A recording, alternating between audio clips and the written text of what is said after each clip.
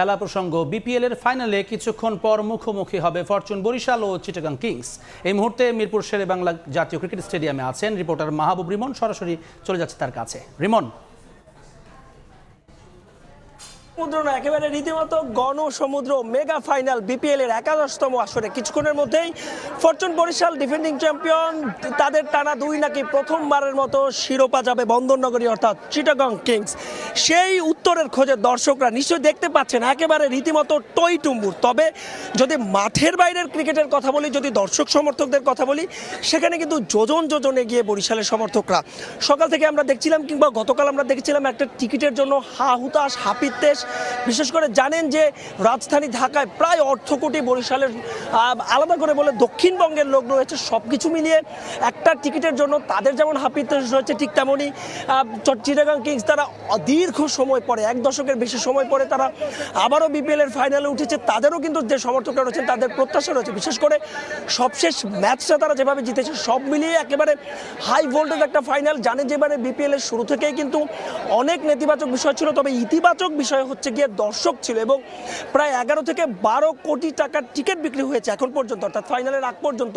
সব মিলে সেই ইতিবাচক দর্শক। তবে দর্শকরা বলছেন যারাই চ্যাম্পিয়ন হোক না কেন, সেটা বরিশাল কিংবা চিটাগাং, সেটা মাঠের খেলা, তবে তারা চান একটা জমজমাট ফাইনাল হোক এবং তারা যে অনেক কষ্ট করে একটা টিকিট তারা যে পেয়েছেন, সেই টিকিট কাটাটা যেন তাদের সার্থক হয়, অর্থাৎ একপাক্ষিক তারা ম্যাচ দেখতে চান না। যদি একটু মাঠের ক্রিকেটের কথা বলি, টস অবশ্যই একটা গুরুত্বপূর্ণ ফ্যাক্টর, কারণ জানেন যে রাতের খেলা, বিশেষ করে যারা পরবর্তীতে ব্যাট করবে তাদের জন্য বিষয়টা তুলনামূলক কঠিন হয়ে যাবে। সেক্ষেত্রে যে দল টসে জিতবে তারা হয়তোবা ব্যাটিং নিয়ে যাবে এবং বরিশালের ব্যাটিং অর্ডারও কিন্তু মোটামুটি নিশ্চিত। 2-1টা স্লটে হয়তোবা শেষ পর্যন্ত এবাদত নাকি রিপন মণ্ডল, পেস বোলিংয়ে কে থাকবেন, মোহাম্মদ নাবি শেষ পর্যন্ত থাকবে কিনা, এই উত্তরটাই আসলে শেষ পর্যন্ত জানতে হবে। তবে অন্যদিকে চট্টগ্রামের যদি কথা বলি, তাদের যে সেমিফাইনাল জয়ের নায়ক আলিসের জন্য তারা কিন্তু বলেছিল যে শেষ মুহূর্ত পর্যন্ত অপেক্ষা করবে। তবে দর্শকদের কিন্তু আর অপেক্ষা রয়েছে না। আমরা দেখছি যে সকাল থেকেই কিন্তু দর্শকদের যে কাউন্টারগুলো রয়েছে সেখানে ভিড় করেছিল। আমরা জানি যে কিছুটা অনাকাঙ্ক্ষিত ঘটনাও সেখানে ঘটেছিল।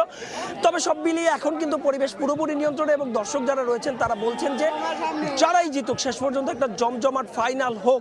এবং জানেন যে জাতীয় দলেরও কিন্তু একাধিক ক্রিকেটার রয়েছে, বিশেষ করে বরিশালের যদি কথা বলি, মুশফিকুর রহিম, মাহমুদুল্লাহ রিয়াদ, নাজমুল হোসেন শান্ত, যদিও তিনি একাদশের সুযোগ পাচ্ছেন না, তাওহিদ, হৃদয়, এবাদতের কথা বলতে পারি, আমরা আসলামিন, রিপন মণ্ডলের কথা বলতে পারি। সবকিছু মিলিয়ে এই বরিশাল দলটা কিন্তু অভিজ্ঞতার ভারে টইটুম্বুর। তবে ফাইনালের একটা প্রেশার সবসময় থাকে এবং ফেভারিট দিয়ে আসলে কখনোই ফাইনাল বিবেচনা করা যায় না। যে কারণে আসলে সমর্থকরা বলছিলাম যে বারবারই ঘুরে ফিরে আসছে, সমর্থকরা চাচ্ছেন যে একটা জমজমাট ফাইনাল হোক। তবে মাঠের বাইরের যে উত্তাপ, সেই উত্তাপ কিন্তু টের পাওয়া যাচ্ছে এবং গতকালও আমরা দেখেছিলাম যে একটা টিকিটের জন্য হাপিত্তেশ, টিকিটের জন্য আজকেও হাপিত্তেশ রয়েছে। আমরা দর্শকদের কাছে শুনেছি যে চওড়া দামে তারা কেউ মূল যে দাম তার চেয়ে অনেক বাইরে থেকে টিকিট সংগ্রহ করছেন।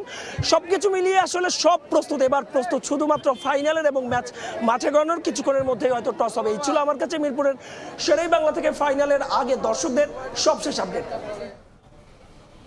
মিরপুর থেকে বিপিএল ফাইনালের সবশেষ খবর জানাচ্ছিলেন সহকর্মী মাহবুব রিমন।